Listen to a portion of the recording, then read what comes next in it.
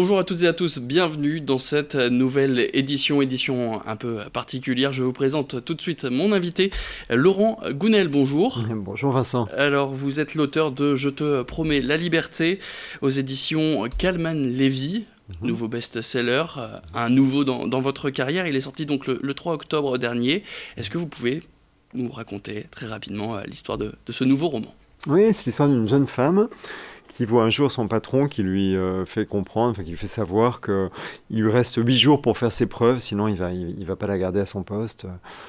Donc c'est un peu un drame, parce qu'elle y tient, elle tient vraiment à garder à ce poste qui lui plaît, à rester à ce poste. Et il lui dit, en substance, enfin il lui reproche sa personnalité, ce qui est très injuste, parce que vous avouerez qu'on ne choisit pas notre personnalité, on vient au monde avec, quoi. Donc elle rentre chez elle le soir complètement déprimée, et puis elle tombe sur son compagnon qui ma foi, lui tient à peu près le même langage, quoi, qui lui dit, écoute, voilà, je sais pas trop où on en est de notre couple, est-ce que ça va durer longtemps donc elle est très surprise. Et puis il lui reproche aussi sa personnalité. Donc elle est vraiment abattue. Elle serait bien restée chez elle, elle allait se coucher, plus voir personne, sauf qu'elle s'était engagée à aller au vernissage de l'expo d'une amie, donc elle s'y rend. Et là, elle retrouve un homme qui, à un moment donné, prend la parole pour présenter l'expo, et qui est très, très sûr de lui, très affirmé. Et puis, après son discours, il vient vers elle et lui dit, tu me reconnais? Et en l'occurrence, non, elle ne le reconnaît pas. Et c'était un ancien ami de fac, ils étaient ensemble sur les bancs de l'université quelques années plus tôt, et si elle ne l'a pas reconnu, c'est pas uniquement pour l'évolution physique, mais parce qu'il a tellement changé de comportement, en fait, d'attitude, que c'est une vraie métamorphose, quoi. Donc elle creuse un peu, et puis il lui lâche qu'il connaît le grand maître d'une confrérie très secrète qui vous propose en fait de changer de personnalité si vous le désirez, sous hypnose. Et donc il lui fait cette offre, et évidemment c'est pas très rassurant, sauf que dans le contexte qui est le sien, eh bien ça devient assez tentant, quoi. Du coup, on relève deux thèmes déjà, l'opposition entre la vie pro, la vie pro et la vie perso, et toujours cette espèce de remise en question, un peu une descente aux enfers, hein, avec le fait que son caractère soit critiquable dans sa vie pro, dans sa vie perso. Pourquoi, justement, est-ce que ce côté remise en question, pour vous, c'était un thème qui vous intéressait d'être développé? Parce que, comme je vous le disais, on ne choisit pas sa personnalité, et on peut être tenté à un moment donné de se dire mais finalement j'aimerais en changer, quoi. Parce qu'on peut voir d'autres personnes autour de nous qui ont d'autres personnalités naturellement, et dont on peut apprécier les effets, se dire moi finalement j'aimerais bien être comme ci ou être comme ça, et donc ça pourrait être tentant à un moment donné. Sauf que en fait on ne peut pas changer de personnalité, elle est à nous pour la vie, mais on peut évoluer. C'est-à-dire en fait chacun de nous a au cœur de sa personnalité une sorte de problématique. Vous voyez, par exemple, pour moi, c'est la peur, voilà, donc je l'ai pas choisi, j'en suis pas fier, mais c'est comme ça, quoi. Et il se trouve que l'autre face de la peur, l'autre face de la même pièce, c'est la confiance. Donc tout le travail pour moi dans ma vie a été de passer de la peur à la confiance, et donc finalement de me libérer du carcan qui était d'une certaine façon imposé par ma personnalité. Et donc pour chacun d'entre nous, en fait, il y a une problématique différente. Donc pour moi, c'est la peur, pour d'autres, ça va être, je sais pas, la colère, ou la honte, ou l'image. Et dans tous les cas, en fait, la personnalité va enfreindre un peu notre liberté. Et pour gagner en liberté, il va falloir se libérer de ce que nous imposent les filtres de notre personnalité. Vous parliez d'évolution. Est-ce qu'il y a une partie de Laurent Gounel, de votre histoire, notamment professionnelle, hein, quand on lit un peu votre biographie, on voit que vous parlez d'une crise existentielle. J'ai vu même Libération qui parlait d'une trajectoire d'un poulet fraîchement décapité. Est-ce que c'est vous, ou est-ce que vous vous êtes servi de ça peut-être pour ce roman? Alors, cette crise existentielle, c'était il y a 25 ou 27 ans. En fait, c'est mes premières années dans la vie professionnelle, où j'étais salarié, et puis dans le monde financier.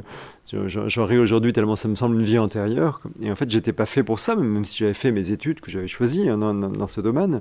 Et en même temps, j'avais choisi cette direction pas par hasard. Je pense que c'est précisément parce que j'avais un certain nombre de peurs en moi, et notamment peur des autres, que j'avais choisi le domaine financier en me disant, enfin, c'était une illusion, mais je vais être planqué dans un bureau, je verrai personne. Et donc c'est terrible de voir à quel point finalement notre personnalité peut obérer finalement nos choix intimes. C'est-à-dire moi ça m'a empêché d'écouter mon cœur parce que par la suite, notamment suite à cette crise existentielle, j'ai appris à écouter ce qu'il y avait en moi, mes aspirations profondes et découvrir que en fait j'étais attiré par les gens. Alors oui, ils me faisaient peur, mais en même temps ils m'attiraient profondément. Donc il a fallu que je réconcilie ce dilemme en moi pour pouvoir avoir un métier épanouissant. Du coup, est-ce que dans ce livre, Je te promets la liberté, est-ce qu'il y a une part de thérapie? La liberté, c'est justement de s'affranchir de ce fameux regard des autres, et c'est ça que vous nous promettez? Oui, bah, vous savez, moi j'écris des romans initiatiques, hein, donc qui invitent le lecteur à travailler sur lui, finalement à prendre conscience de certaines choses. Et donc dans ce livre, en effet, l'histoire avec ces personnages révèle un certain nombre de clés pour pouvoir évoluer et justement visiter l'autre face de la pièce. Pourquoi justement écrire des romans initiatiques et pas juste des romans qui devraient... C'est peut-être un peu... C'est plus compliqué sûrement à écrire ces romans initiatiques, ça demande beaucoup plus de recherche. Ah oui, ça je vous le fais pas dire. Oui, oui. Bah, parce que c'est ce qui m'anime. En fait, moi, depuis en fait, ma crise existentielle, il y a 25 ou 27 ans, ce qui m'anime, c'est de trouver ce qui va faire que nos vies sont réussies, que nous sommes épanouis, que nous sommes heureux dans l'existence. Parce que jusqu'à preuve du contraire, on n'a qu'une seule vie. Enfin, en tout cas, on a au moins celle-ci. Et je pense que notre mission est de bien la vivre.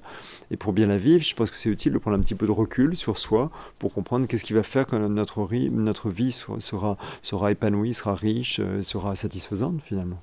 Est-ce que du coup, ce qui peut être satisfaisant, enrichissant dans votre carrière, ce sera d'écrire un nouveau livre? Est-ce que vous avez peut-être un thème qui vous est arrivé? Oui, tout à fait. J'ai déjà un autre thème qui m'anime pour un prochain livre et un début d'histoire, mais ce n'est qu'un début. Puis je suis très secret, vous savez. C'est ça. Oui. Oui, parce que je prends mon temps pour écrire mes livres. Je prends 2 ans, en général 2 ans et demi. D'ailleurs, comment ça se passe? Sur 2 ans d'écriture, combien de temps vous laissez pour la structure, pour le thème? Comment vous travaillez? Alors, j'ai grosso modo une année de pure créativité, où me viennent des personnages, des idées de scène, et ces idées me viennent dans le désordre. Et ensuite, donc, grosso modo, au bout d'un an, je dois mettre tout ça dans l'ordre, donc faire une forme de plan, quoi, avant de passer à la phase d'écriture, qui, elle, dure une petite année aussi. Donc, en tout, c'est 2 ans, quoi. Bon, sachant que pendant la phase d'écriture, il y a aussi des idées qui émergent. Et donc, il faut faire avec, ça modifie le plan. Donc, c'est un peu un bazar, mais j'ai l'habitude maintenant. Je m'en dépatouille. Merci beaucoup, Laurent Gounel, l'auteur. Donc, Je te promets la liberté aux éditions Calman Lévy. Et c'est déjà un succès. Merci à vous d'être venu sur ce plateau. Et merci à vous d'avoir suivi cette édition. Restez avec nous. L'actualité continue.